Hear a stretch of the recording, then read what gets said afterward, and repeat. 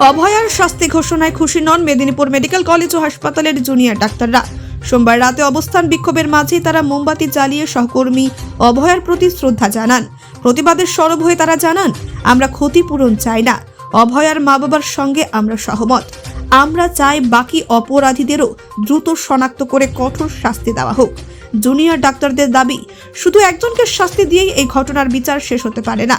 তারা বলেন, যে অপরাধ হয়েছে তাতে দোষীদের কঠোরতম শাস্তি প্রাপ্য, বাকিদের শনাক্ত না করে তদন্ত সম্পূর্ণ বলা যায় না।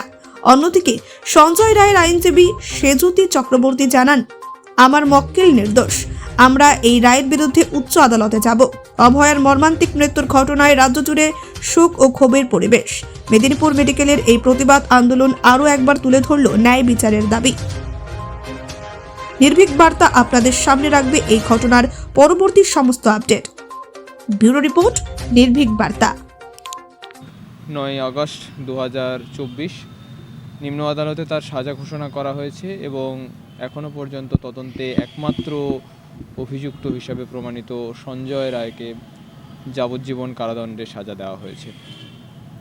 প্রথমেই আমরা সবাই অভয়ার বাবা মায়ের পাশে দাঁড়াতে চাই। আমাদের তো একটাই লক্ষ্য ছিল অভয়ার ন্যায় বিচার এবং আরও একটি অভয়া না হতে দেওয়া। তারা যেটা বলেছেন যে ক্ষতিপূরণ নয়, বিচার চাই, সেই একই সুরেও আমরা একই কথাই বলতে চাই।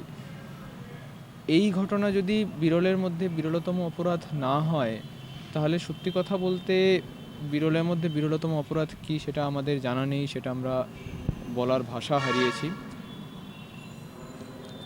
আশা রাখবো পরবর্তী ক্ষেত্রে এই যে সমগ্র তদন্ত প্রক্রিয়ায় এখনও একাধিক অসঙ্গতি, একাধিক প্রশ্ন রয়ে গেছে, এখনও পর্যন্ত আমরা জানতে পারিনি একজন না একাধিক। ভবিষ্যতে এই সমস্ত প্রশ্নগুলোর সমাধান হোক, যারা প্রকৃত দোষী তাদের যেন সর্বোচ্চ শাস্তি হয়। এক্ষেত্রে কোনো ক্ষমার জায়গা নেই, এটা আমরা সবাই মনে করি, সেটা একজন হোক বা একাধিকজন হোক, এই আশা আমাদের রয়েছে। আমরা আগেও বলেছি, বিচার যখন প্রহসন, লড়াই তখন আমরণ। অভয়ার মা বাবা তাদের মেয়ের জন্য ন্যায় বিচার পাক, অভয়া ন্যায় বিচার পাক, সেই জন্য ডাক্তারবাবু থেকে শুরু করে আপনারা সংবাদ বন্ধুরা থেকে শুরু করে সমাজের সর্বস্তরের সাধারণ মানুষ, তাদের এই সংগ্রাম, এই ন্যায় বিচারের লড়াই জারি থাকবে। তাই আজকে রায় ঘোষণার দিনে আমরা মেদিনীপুর মেডিকেল কলেজে জুনিয়র ডাক্তারবাবুরা এবং সবাই সাধারণ মানুষকে নিয়ে অভয়াকে স্মরণ করে মোমবাতি প্রজ্বলন করলাম এবং এখানে আমরা সবাই মিলে সেই শপথ আবারও নিলাম, অভয়ার ন্যায় বিচারের, অভয়াকে ন্যায় বিচার এনে দেওয়ার এই লড়াই জারি থাকবে। এবং আপনাদের প্রথম থেকেই একটা যেটা ছিল, আজকে যেটা কোর্টে বললেন যে এটা বিরলের মধ্যে বিরলতম নয় এবং মৃত্যুদণ্ডেও না, সংশোধনের সুযোগ দেওয়া এবং আরো অন্য কোনো শাস্তি হতে পারে, তারপর এই সাজা ঘোষণা হলো। কি বলবেন? আজকে সেন্টেন্সিং এর হিয়ারিং এর জন্য ছিল, আগের ডেটে জাজমেন্ট ডিক্লেয়ার করা হয়েছিল, আপনারা জানেন, কনভিকশন দেওয়া হয়েছিল।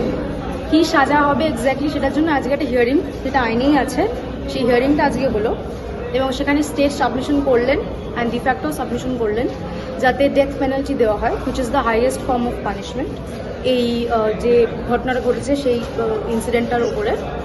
এবং আমরা সেখানে ওটাকে চ্যালেঞ্জ করে সাবমিশন করলাম যে how supreme court itself has said যে যদিও রেয়ারেস্ট অফ রেয়ারেস্ট কেসে ডেথ পেনাল্টির প্রভিশন আছে অ্যান্ড ইটস নট আনকনস্টিটিউশনাল, তাও তখনই ডেথ সেন্টেন্স দেওয়া হবে যখন আর কোনো অল্টারনেটিভ পানিশমেন্টের আর কোনো কার্যকারিতা নেই এবং সেটা লার্নেড কোর্ট বিচার করবেন।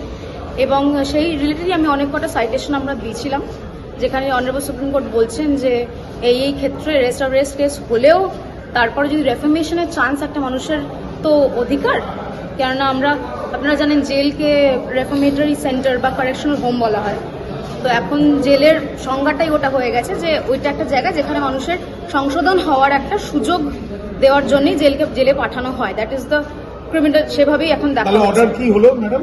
অর্ডারে হলো যে ডেথ পেনাল্টি, জজ সাহেব এসে বললেন যে ডেথ পেনাল্টি উনি দিচ্ছেন না, আমাদের সাবমিশনটা কনসিডার করা হয়েছে এবং আমাদের জাজমেন্টগুলো কনসিডার করা হয়েছে এবং লার্নেড কোর্ট বললেন যে এটা রেয়ারেস্ট অফ রেয়ারেস্ট কেস নয় এবং তাই জন্য হাইয়েস্ট যে সাজাটা দেওয়া হয়েছে দ্যাট ইজ লাইফ ইমপ্রিজনমেন্ট। আপনারা কি আগামী দিনে হাইকোর্টের দ্বারস্থ হবেন? হ্যাঁ, সেটা তো যে কোনো অ্যাকিউজড যে কনভিক্ট হচ্ছে তার রাইট থাকে, ওপরের আপিল কোর্টে যাওয়ার, তো ডেফিনেটলি উনি আপিল তো করবেন। আপনারা যাবেন সে বিষয়ে কিছু পরিকল্পনা করেছেন? না, আমরা পরিকল্পনা করার জন্য একটু সময় নেব। আপনার পুরো নাম? আমার নাম সেজুতি চক্রবর্তী। ধন্যবাদ।